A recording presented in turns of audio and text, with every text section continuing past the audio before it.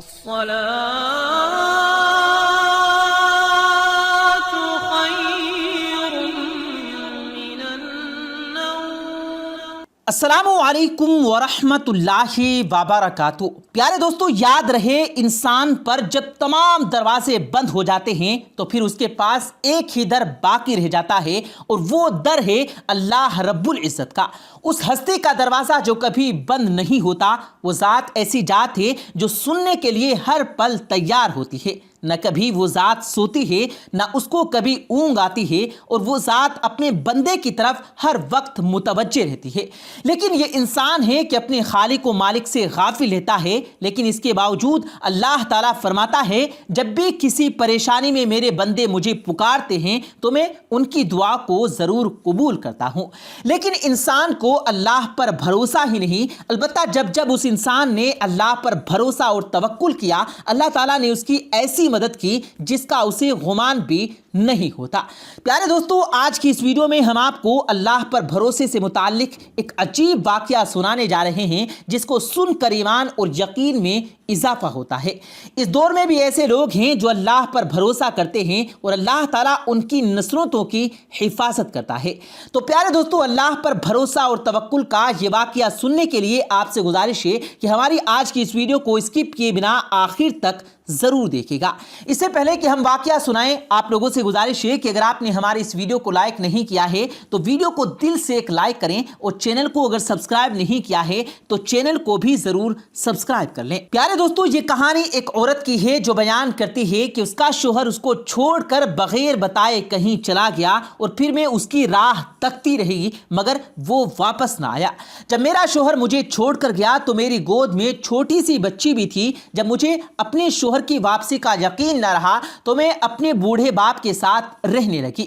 میرا باپ بھی اس قدر ضعیف ہو چکا تھا کہ اب وہ مزدوری کرنے اور پیسے کمانے سے عاجز تھا۔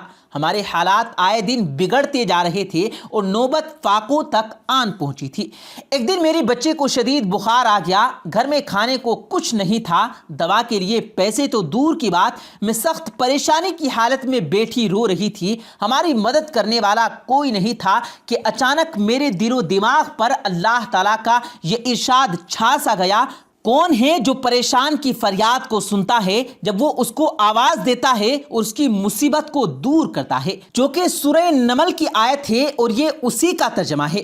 اللہ کے اس ارشاد نے میرے اندر اللہ رب العزت کی ذات پر ایسا بھروسہ اور توکل پیدا کر دیا کہ میں اٹھی اور اپنی بیٹی کے ماتھے پر ٹھنڈے پانی کی پٹیاں رکھی، اس کے بعد وضو کیا اور 2 رکعت نماز نفل ادا کیے، اور دوبارہ نماز کی نیت باندھ کر اللہ کے حضور سجدہ ریز ہو گئی۔ بچے کی تکلیف کی وجہ سے نماز بھی مختصر پڑھی، لیکن دل پر اللہ تعالیٰ کی اسی ارشاد اور آیت کا غلبہ تھا۔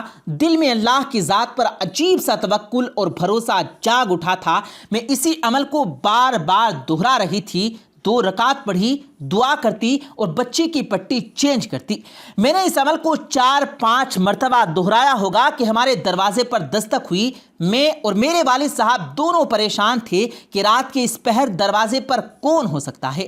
والد صاحب نے پوچھا کہ کون ہے، تو باہر سے آواز آئی: میں ڈاکٹر ہوں۔ انہوں نے دروازہ کھولا۔ ڈاکٹر نے اندر آتے ہی پوچھا: مریضہ کہاں ہے؟ ہم نے بچی کی طرف اشارہ کر دیا۔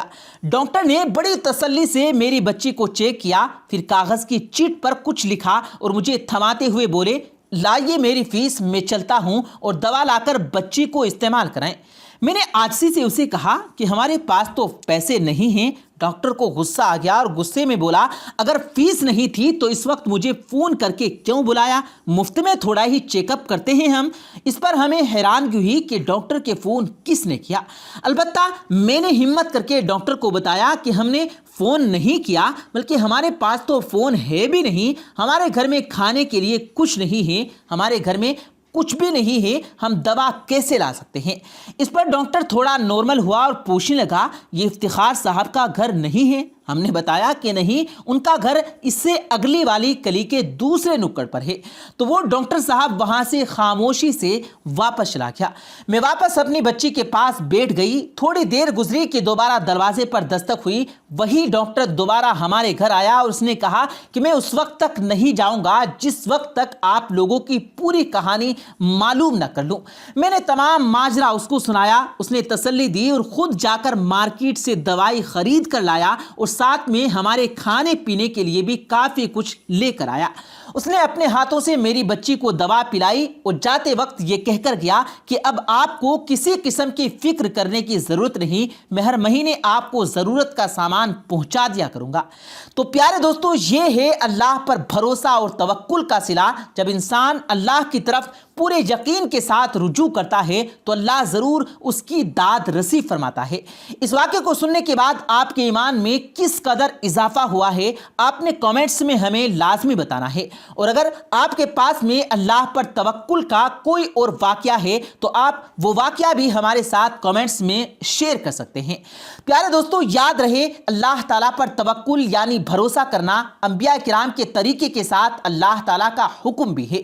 قرآن و احادیث میں توکل علی اللہ کا بار بار حکم دیا گیا ہے۔ پیارے دوستو، قرآن کریم میں 7 مرتبہ وَعَلَى اللَّهِ فَلْيَتَوَكَّلِ الْمُؤْمِنُونَ فرما کر مومنوں کو نہ صرف اللہ تعالیٰ پر توکل کرنے کی تاکید کی گئی، یعنی حکم خداوندی ہے کہ اللہ پر ایمان لانے والوں کو صرف اللہ ہی کی ذات پر بھروسہ کرنا چاہیے۔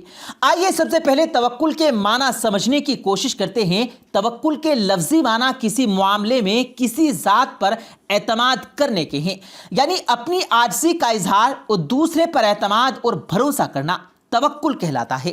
پیارے دوستو، توکل اور بھروسہ ایسی صفت ہے جو ایمان کی بنیاد پر انسان کو حاصل ہوتی ہے۔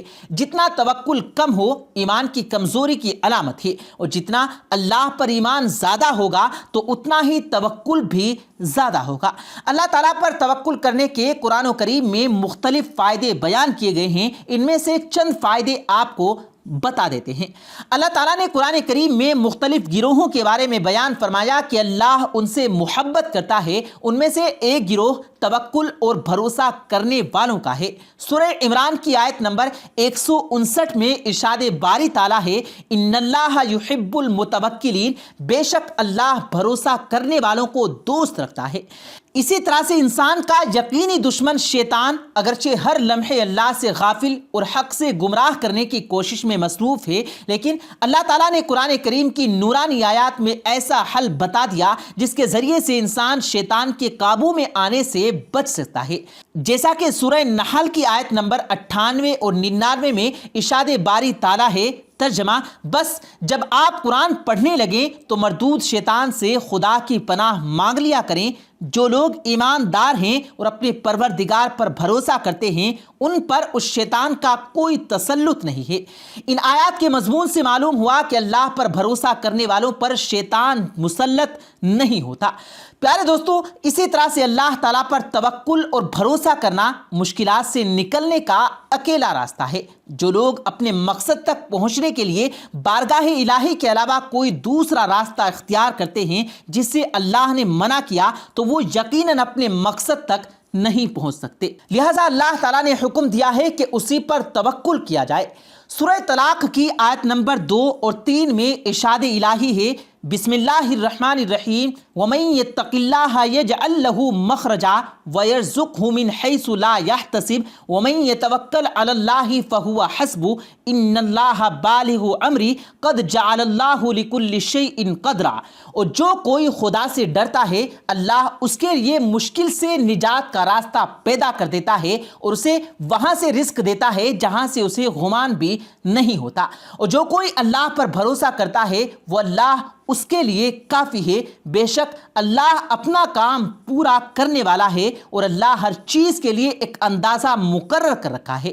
پیارے دوستو، یہ ہے برکات اللہ تعالیٰ پر توکل کرنے کی۔ اور یاد رہے کہ جس کو اللہ کہے کہ میں اس کے لیے کافی ہو جاتا ہوں، تو اس کو اور پھر کسی چیز کی کیا ضرورت رہ جاتی ہے، اور جب اللہ تعالیٰ ان کی مشکلات سے راستے بنائے تو ان کے لیے کوئی مشکل نہیں رہے گی۔